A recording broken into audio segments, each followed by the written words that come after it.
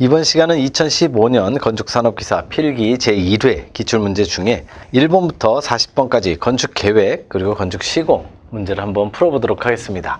먼저 건축계획입니다. 1번부터 가죠. 상점의 점두 형식 중 폐쇄형에 관한 설명으로 옳지 않은 것. 폐쇄형에 대한 설명이죠. 1번 보시면 고객의 출입이 많은 상점. 자, 고객의 출입이 많다는데 폐쇄형으로 하면 당연히 이게 상극이겠죠. 그래서 폐쇄형 같은 경우에는 예를 출입이 적고 상점 내에 오래 머무르는 상점, 주로 대표적으로 귀금속점 되겠습니다. 귀금속이나 굉장히 값비싼 것, 그래서 완전 오픈형으로 하기 어려운 그런 경우가 폐쇄형이고요. 폐쇄형은 아무래도 고객의 출입이 적다, 많으면 오히려 개방형으로 해야 되는 거죠. 대표적인 게 개방형이 서점이나 뭐 이런 게 되겠죠. 자, 2번 갑니다.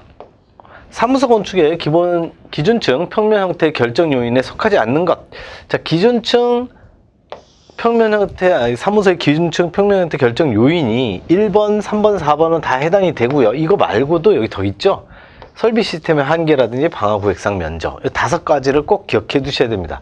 얘네들은 뭐 해당 안 되는 건 보실 필요 없고 해당 되는 거 5개만 정확하게 알고 계시면 되겠죠. 3번 갑니다. 실내 공간의 구성 기법에 관한 설명으로 옳지 않은 것. 2번 보시면 개방형 공간 구성은 아까 했던 거와 비슷한 내용입니다. 폐쇄형 공간보다 에너지 절약에 유리하다. 이게 개방형과 폐쇄형이 서로 바뀌었죠. 폐쇄형보다 이 개방형 절약이, 예를 들어 개방형 공간 구성은 에너지 손실이 많은 거죠. 그래서 비경제적이죠. 왜냐하면 열 손실이 많기 때문에. 폐쇄형은 꽉 막혀 있기 때문에 창문이나 이런 게 별로 없기 때문에 에너지 손실이 거의 없는 거죠. 그래서 폐쇄형이 에너지 절약에 유리한 거죠. 서로 둘이 바뀌었습니다. 4번 갑니다.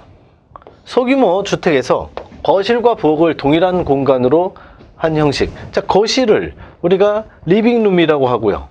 그래서 L이고, 부엌은 키친이니까 K. 그래서 L 플러스 K. 이걸 얘기하는 거죠. L 플러스 K가 리빙 키친이죠.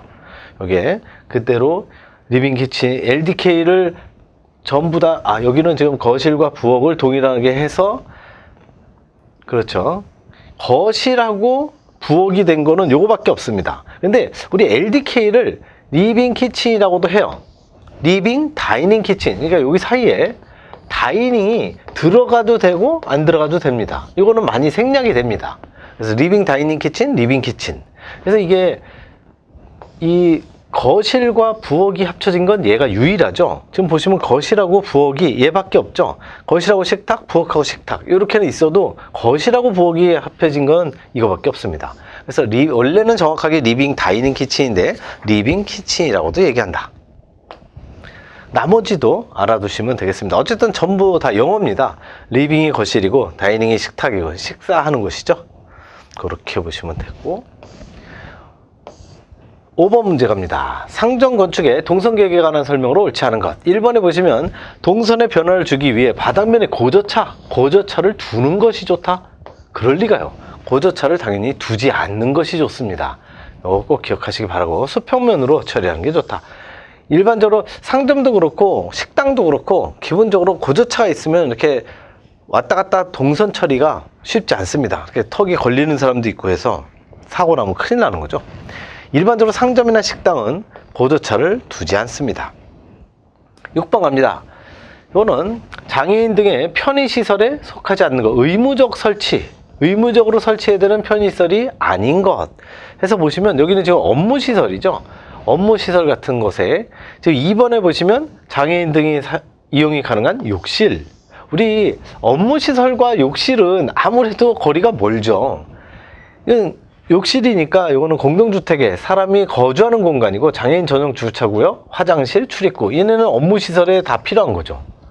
업무시설이 필요한 거와 업무시설이 아닌 공동주택에 필요한 거, 이런 거는 좀 거의 상식적으로 풀어도 되는 문제죠.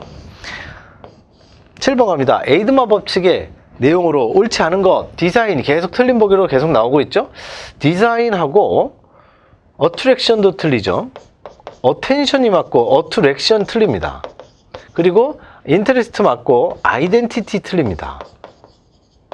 그래서 틀린 보기를 아예 이 틀린 보기를 외워두시는 것이 요것들이 다 정답이죠. 에이드마 법칙은 해당되는 거 절대 시험에 나오지 않습니다. 해당되지 않는 거를 고르라는 거죠. 이게 세 개만 잘 기억하시면 어떤 문제든지 다 맞힐 수 있습니다. 8번 갑니다. 단독주택의 현관 및 복도에 관한 설명으로 옳지 않은 것. 3번에 보시면 소규모 주택에서는 원활한 동선을 위해서 복도를 두는 것이 바람직하다. 소규모 주택에서 복도를 둔다? 절대 두지 않습니다. 소규모 주택에 복도를 두는 것은 비경제적이므로 복도가 거의 없습니다. 그렇다면 복도는 언제 두느냐? 대규모인 경우에는 동선 처리를 위해서 어쩔 수 없이 복도를 두는 경우가 있지만 소규모에는 거의 두지 않습니다. 9번 가죠. 학교 건축의 배치 유형 중 분산 병렬형에 관한 설명으로 옳지 않은 것. 2번에 보시면 좁은 대지에 적용하기 용이하다. 자, 좁은 대지에 절대 좁은 대지에 쓸 수가 없죠. 이거 넓은 대지. 얘는 넓은 대지에 쓰는 거고 좁은 대지에 쓰는 건 그 반대인 집합형.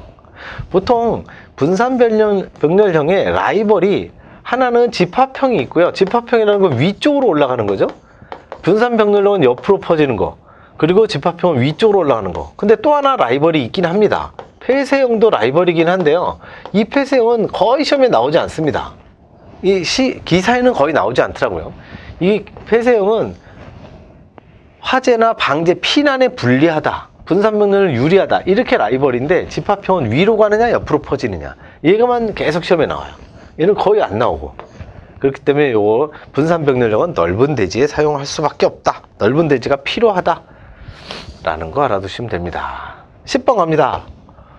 상점 판매 형식 중 대면 판매에 대한 설명으로 옳지 않은 것. 4번 보시면 진열 면적이, 대면 판매는 기본적으로 진열 면적이 커지게 됩니다. 왜냐하면 종업원들의 면적이 없으니까. 이건 정확하게, 근데 진열 면적이 크다는 건 대면 판매가 아니죠. 얘는 종업원의 면적이 있는 거죠. 판매원이 정위치를 정하기가 용이하기 때문에 진열 면적이 오히려 줄어들게 됩니다. 이게 반대죠. 상품의 구매와 선택이 용이한 것도 아니고, 이게 지금 4번이 정확하게 측면 판매입니다. 여기서 상품의 구매와 선택이 용이하다. 이거를 다른 말로 충동 구매라고 하는 거죠. 충동 구매가 용이하다.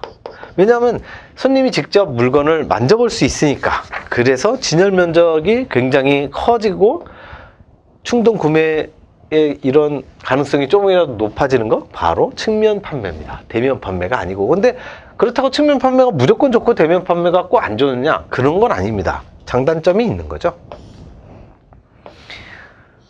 11번 갑니다. 아파트의 평면 형식에 관한 설명으로 옳지 않은 것. 중복도형은요, 가운데 복도가 있는 거죠. 모든 세대의 남향의 거실을 계획할 수 있다? 없지요. 모든 세대의 남향을 만약에 할 수 있는 건 편복도만 가능하겠죠. 기본적으로 요거는 뭐 그림으로만 봐도 아주 간단하죠. 예를 들어서 여기가 정남향이에요. 밑에 쪽이 정남향이다. 그럼 가운데 복도가 이렇게 있으면 당연히 이 밑쪽 방향, 이 밑에는 전부 다 정남향이죠. 여기 너무 좋아. 다 정남향이야. 그럼 위쪽 세대는요? 여긴 다 전부 정북향이죠. 말도 안 되는 상황이 벌어지는 거죠. 그래서 절대 중복도형은 여기 정남향, 정북향 이렇게 안 둡니다. 그럼 정남향은 좋고 정북향은 완전 최악이고 이렇게 절대로 두지 않죠. 항상 중복도형은 동서축으로, 동서향으로 두게 돼 있죠. 어쨌든 이렇게 되지 않고요. 모든 세대가 남향의 거실을 둘 수 있는 거, 바로 중복도형이 아니라 편복도형이 되겠죠. 편복도형은 가능합니다. 12번 갑니다. 테라스 하우스에 관한 설명으로 옳지 않은 것. 테라스 하우스는 평지에서는 계획이 불가능하다. 자, 테라스 하우스 하면 기본적으로 연립주택의 경사지에 만드는 건데요. 평지? 당연히 가능하죠. 당연히 가능합니다. 평지는 무조건 모든 게 다 가능하죠. 근데 경사지에 유독 테라스 하우스만 가능하게 돼 있다는 거지, 평지에는 어떤 것도 가능합니다. 요거는 뭐 아주 쉬운 내용인 것 같고요.